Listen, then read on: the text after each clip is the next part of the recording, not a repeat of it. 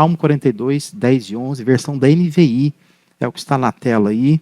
Acompanhe, diz assim: até os meus ossos sofrem agonia mortal, quando os meus adversários zombam de mim, perguntando-me o tempo todo: onde está o seu Deus?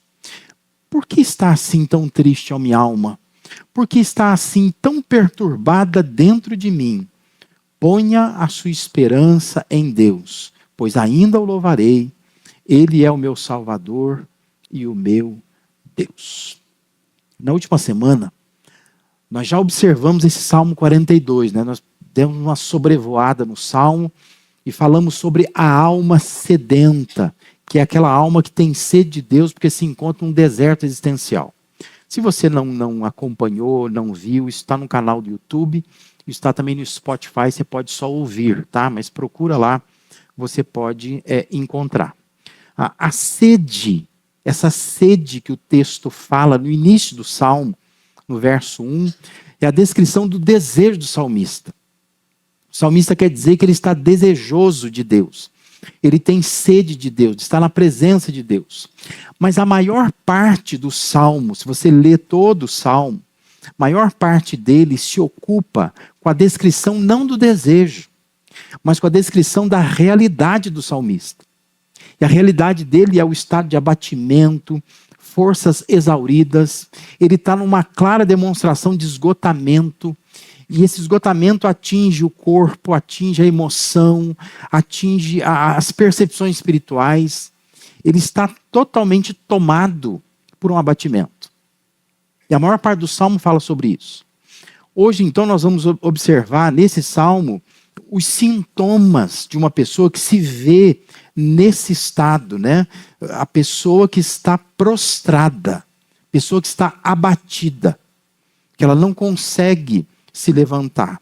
E aqui eu chamo a sua atenção, não apenas para a utilidade disso para você, porque talvez, quando você fala assim, nós vamos falar sobre os sintomas de uma alma abatida, a sua cabecinha já mudou de canal. Porque você está pensando assim, eu não estou assim. Ixi, eu estou num momento, estou alegre, estou feliz da vida, estou regozijante, né? Eu estou fazendo festa, estou soltando foguete. Mas presta atenção. Talvez, hoje você não está assim. Mas talvez daqui a um tempo, você vai se abater. Você pode ser tomado por um cansaço físico, emocional, espiritual. Você pode se ver sobrecarregado. Mais importante que isso, nós estamos sempre cercados por pessoas que estão abatidas. Sempre. Então, ainda que você ache assim, bom, esse salmo não tem nada a ver comigo, a situação que eu estou vivendo hoje, você pode ajudar e abençoar quem está perto de você. Sempre há alguém precisando ouvir alguma coisa. E talvez, se você prestar atenção, você possa se encostar em alguém essa semana, porque não adianta dizer assim, não, eu vou mandar o link para a pessoa. Tem gente que não vai ouvir coisa nenhuma, né? Tem pessoa que está tão abatida, você acha que ela vai querer me ouvir, né? Você acha que ela vai querer olhar para a minha cara ou ficar me ouvindo no Spotify? Ela não vai fazer isso. Mas talvez se você for tomar um café com ela, talvez se você for na casa dela, talvez se você ali no trabalho, né, colega de trabalho, você se encosta nela e fala assim, vamos comer a marmita junto hoje, né? Vamos ter um momento, eu queria orar por você, e você passar para ela o que você ouvir nesta noite, isso vai fazer diferença na vida daquela pessoa ali. O Salmo 42, ele é chamado, algumas bíblias mais antigas, tem uma palavrinha chamada maskil, né? Não sei se a sua Bíblia tem, mas às vezes lá, antes de começar o Salmo, está escrito assim, maskil. Esse maskil significa que esse Salmo, ele carrega uma lição com ele. É mais do que uma música, simplesmente. É um lamento didático. Ele está levando uma lição. E o conteúdo do Salmo tem a pretensão de moldar a forma como a nossa cabeça pensa, como o nosso coração sente. E quando nós permitimos que, através do que Deus tem a nos dizer, nossa cabeça seja moldada, nosso coração se sinta melhor, nós vamos sair do estado de abatimento. Agora, esse salmo, ele põe em evidência a complexidade da alma humana. Quando a gente fala de alma, é complicado. Corpo também, né? A gente sabe disso. Porque quando a gente pega assim, o corpo funcionando direitinho, bonitinho, parece que o corpo é uma coisa simples. Mas quando você chega dos 40 para cima, não vou nem pedir para levantar a mão aqui para não haver constrangimento, quem já está nessa fase, mas você começa a sentir um negócio, que o negócio ali, você vai no médico e começa a falar nome estranho. É porque ele começa a vir com os nomes estranhos. Eu não sabia que existia. Para mim só tinha braço, perna, pé. Ele começa a vir com uns nomes esquisitos lá que tem dentro da gente, sabe? Um nervinho que sai não sei de onde, que vai não sei para quê. E aquilo ali pronto está alterado, você precisa tomar alguma coisa. O corpo é complexo. Mas a alma humana também é extremamente complexa. Por isso não é tão simples diagnosticar uma alma adoecida. A cura de uma alma se dá por meio de um diagnóstico correto. Se houver um diagnóstico errado, a cura também será errada. Então, assim, não adianta a gente querer dizer, ou a gente permitir que alguém diga que a gente está com isto ou com aquilo. É preciso saber se realmente você tem isso, ou se você tem aquilo. Porque senão você fica tomando remédio, às vezes até um remédio correto, mas a doença está errada. E não resolve nada. Não adianta nada. O Salmo nos faz perceber que a alma se abate devido a um conjunto de fatores. Não é uma coisa só. E isso nos desafia a pensar e a repensar as nossas soluções simplistas. Porque no nosso meio de igreja, a gente acaba dando solução muito simplista para as coisas. E diz assim, você está em pecado. Você já ouviu isso? Quando você está numa situação que você não consegue explicar, alguém vai dizer assim, ó, você está em pecado. Você já pediu perdão pelos seus pecados? É muito simples, simplesmente dizer que a pessoa está em pecado. Ou dizer assim, ó, está faltando leitura bíblica, você precisa orar mais. Só que tem gente que não consegue mais ler a Bíblia nem orar. Porque ela está com a alma tão abatida que ela não tem força para isso. Para piorar, tem gente que vai dizer assim, ó, é porque você não é dizimista. Você está falhando com a contribuição na igreja, está vendo? Agora está desse jeito aí, ó. Comendo o pão que o diabo amassou. É muito simplista você dar esse tipo de diagnóstico. Ou você achar também que é só tomar remédio. Não precisa fazer mais nada. Tomou o remédio. Tem gente que vive à base de remédio. Tem pessoa que nem está lúcida mais. Ela vive dormindo praticamente. Anestesiada. Tanto remédio que ela toma. Porque ela acha que a solução é só tomar remédio. Ou tem gente que vai dizer assim, você está estressado. Vai tirar férias, vai dar uma viajada por aí. Gastar dinheiro, gastar o cartão. E aí você volta bem. Quando você fecha, e a gente poderia fazer uma lista maior aqui de suposições que nós temos de cura, quando a gente fecha o diagnóstico dessa forma muito simplista, nós não vamos ajudar ninguém. A gente não vai se ajudar. Porque a alma humana ela é extremamente complexa. Este salmo aqui, ele vai apontar 4 sintomas, que eu vou citar esses sintomas aqui, depois eu vou explicar. Mas, segundo o Salmo 42, quem escreve se vê abatido porque ele está com esses sintomas.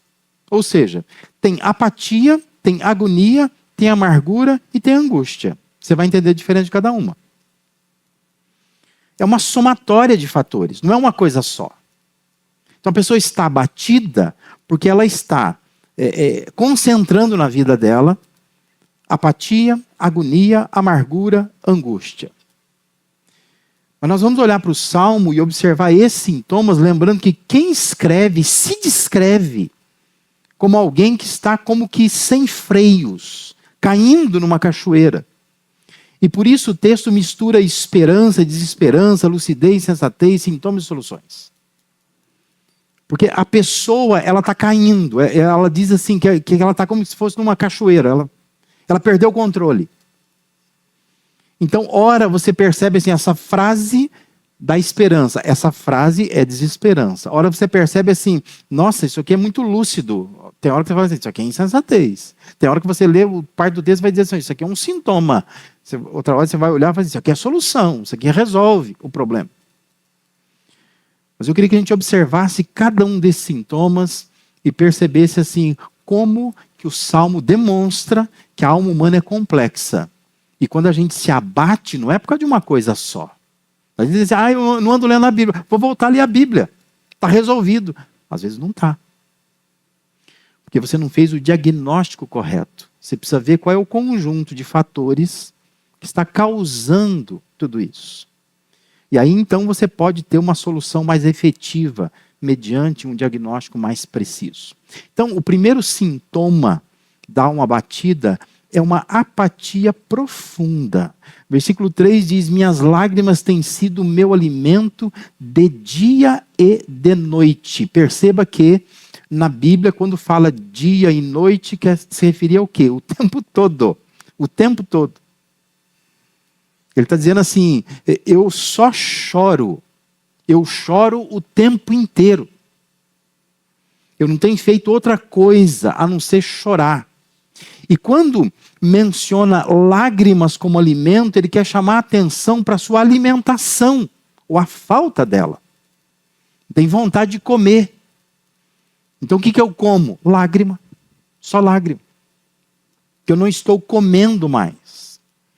O salmista, ele apresenta sinais claros de uma apatia profunda, de um estado de indiferença. Alguém que perdeu vontade de comer, de viver, e só chora. Só fica lamentando. Porque ela está prostrada, ela está numa apatia profunda, ela está indiferente. Ela não liga para nada, como a gente fala. Pode acontecer o que for em volta dela, não liga para nada. Porque ela está abatida. Esse é um sintoma de que a alma está profundamente abatida. Só chora. Quando não se tem vontade mais de fazer nada na vida, a vida se torna ineficaz, improdutiva. Que fica sem fôlego para viver. Observe comigo várias expressões do texto, no versículo 4, diz assim, fala que ele chorava angustiado. Outras versões falam que a alma se derrama. A ideia assim de que a minha alma está se desmanchando dentro de mim. Estou sem alma, estou ficando vazio. Porque a alma se derrama dentro de mim, ela está se desmanchando, se desfazendo, se descaracterizando, se desintegrando. E isso é um sintoma de que, olha, eu estou muito abatido. Versículo 6 diz, a minha alma está profundamente triste. Profundamente triste. Uma expressão que lembra o que Jesus falou lá no Getsemane. Quando Jesus diz, a minha alma está profundamente triste até a morte. Até o ponto de morrer. Estou com vontade de morrer. Você já se sentiu assim? Você tem se sentido assim? Observe se não há pessoas muito próximas de você que estão apresentando um quadro assim. Não tem ânimo para nada, não tem vontade de nada. Gente que não quer sair, não quer falar, não quer se alimentar direito, não quer programar nada, não quer sonhar nada. Isso é apatia profunda. Isso é um sintoma de uma alma abatida. A pessoa está prostrada. Ela não quer fazer mais nada, ela não quer reagir. Isso é perigoso, muito perigoso. E às vezes a gente está assim, e às vezes nós temos pessoas com as quais nós convivemos que elas estão assim. E às vezes a gente não sabe dizer nada para a pessoa, não sei dizer, eu vou orar por você. Mas nós não estamos fazendo nada, porque nós não estamos percebendo o estado de apatia que essa pessoa está. Ela está indiferente a tudo. Ela não faz questão de mais nada, como a gente fala, não é? Esse é o primeiro sintoma. Um segundo sintoma que o Salmo nos apresenta é uma agonia permanente. Veja que o versículo 7 diz assim, abismo, chama abismo. Ao rugir das tuas cachoeiras, todas as tuas ondas e vagalhões se abateram sobre mim. O texto tenta retratar uma situação agonizante. É aquela sensação angustiante de perda de controle da vida, de se ver sem perspectiva. A ideia aqui, a ilustração é que eu estou perdendo fôlego, porque eu estou caindo numa cachoeira. Então, há horas eu estou com a cabeça fora, horas eu estou com a cabeça dentro, estou engolindo água. É uma agonia. Não sei se alguém já passou pela experiência que eu já passei, mas eu já me afoguei, inclusive numa cachoeira. E eu fiquei mais ou menos dos 6 anos de idade até os 19, 20 anos, sem chegar perto de água. Eu tinha medo de água, pavor de água. E foi um professor, no seminário que eu estudava, um professor americano, que perguntou, com um sotaque bem forte, dizendo assim, quem não sabe nadar? E nós estávamos numa piscina semi-olímpica, e a piscina tinha de um lado 4 metros de profundidade. E a gente estava bem ali, perto dos 4 metros. E ele pergunta assim, ó, quem não sabe nadar? E eu levantei a minha mão, né? Pensando assim, ele vai dizer assim, ó, então vá para o seu quarto. Vá, sei lá, fazer outra coisa. E ele disse assim, pula na água. Aí eu tive ainda a coragem de dizer assim, professor, acho que você não entendeu. Eu não sei nadar. Ele falou assim, pois bem, pule na água. E ele diz assim, só aprende a nadar quem pula na água. Fora da água você nunca vai aprender a nadar. E ali eu comecei a aprender a nadar. Hoje eu me viro bem na água, né? Eu consigo nadar. Mas eu tinha trauma de água porque eu caí numa cachoeira e uma irmã minha que me salvou. É uma situação agonizante. Que chega um momento assim, você não tem como respirar mais. Trava tudo. Você sente uma agonia. E o salmista está retratando essa correnteza, que ele está perdendo o fôlego, ele está engolindo muita água, ele está dizendo assim, eu estou perdendo o controle da vida, não consigo respirar mais, estou sufocado. Estado de agonia. Ele diz que o fim de um abismo é a porta de entrada de outro abismo. Um abismo chama outro abismo. Quando eu acho que eu resolvi, começa outro. E essa sensação de agonia permanente que não acaba nunca, parece que nada dá certo na vida, é um sintoma de uma alma abatida. Porque parece que só chama problema. É a apavorante sensação de não saber o que nos espera na próxima curva da vida. Esse é o problema. E quem vive em depressão, síndrome do pânico, ansiedade, esse é o problema. Porque ela está sempre olhando e falando assim, ali tem uma curva, ó. O que está me esperando ali? Eu não sei. Então ela acorda de manhã pensando assim, alguma coisa está me esperando ali, alguma coisa vai acontecer, eu estou sentindo que o dia não vai ser bom, não vai dar bom, como a gente diz hoje, não vai dar ruim. E a pessoa vive nessa agonia.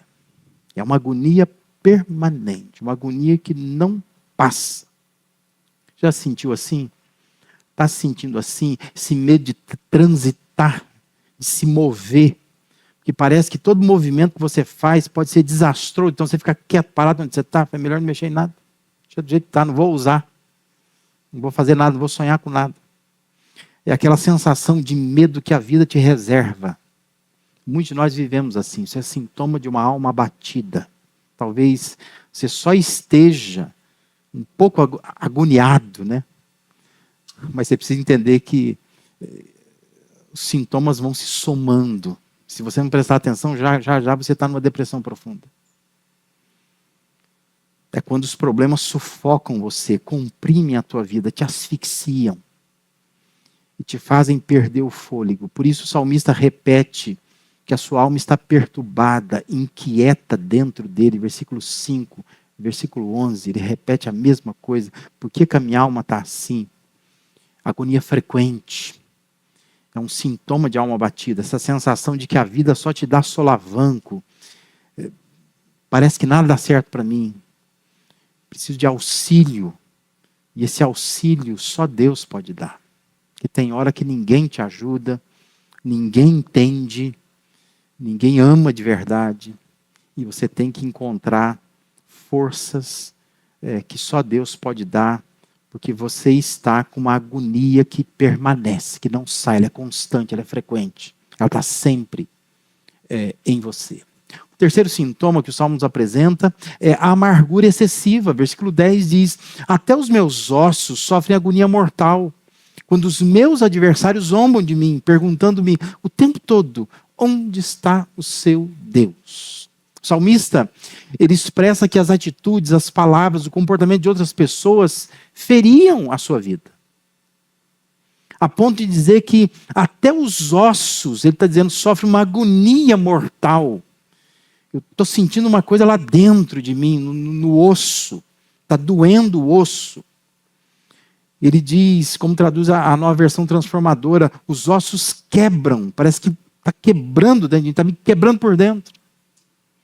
Mas o que está fazendo ele quebrar? É o que as pessoas estão fazendo, falando, a maneira como elas estão me olhando. Esse que é o problema. A amargura excessiva é um resultado da concentração no que os outros pensam, no que os outros falam, como que as pessoas reagem, como que elas sentem a meu respeito, a seu respeito. É fixar os olhos nas pessoas mais do que em Deus. Isso é muito mais comum do que a gente imagina. E quando você passa o dia inteiro preocupado, o que as pessoas vão pensar de mim? Quando a gente se vê consumido por pessoas que nos feriram, como que quebrando os nossos ossos, nós estamos com sintoma de uma alma abatida. Isso nos consome. Talvez esteja perto de alguém assim.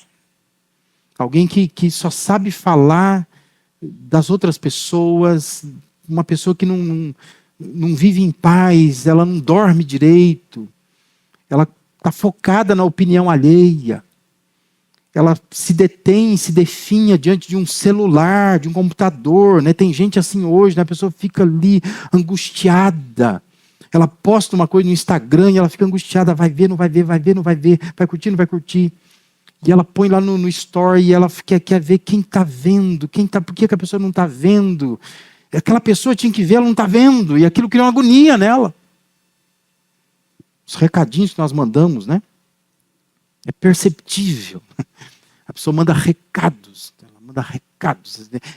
ela só curte, ela só reproduz, ela só compartilha aquelas coisas que ela está mandando recado para alguém. E aí vira uma agonia, porque ela quer ver se essa pessoa está vendo. Ela não está vendo, ela não viu, não aparece a carinha dela e ela não está vendo. Ela não curtiu, ela não falou nada, mas queria que ela pegasse, né, isso que eu mandei para ela. A gente está preocupado demais com os outros, né?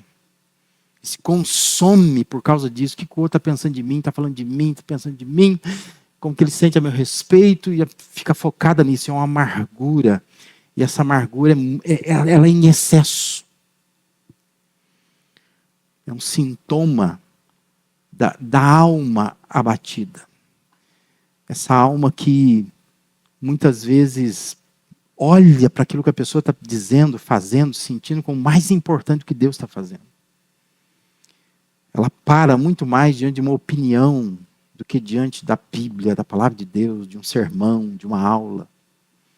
Aquilo faz ela pensar muito mais durante a semana.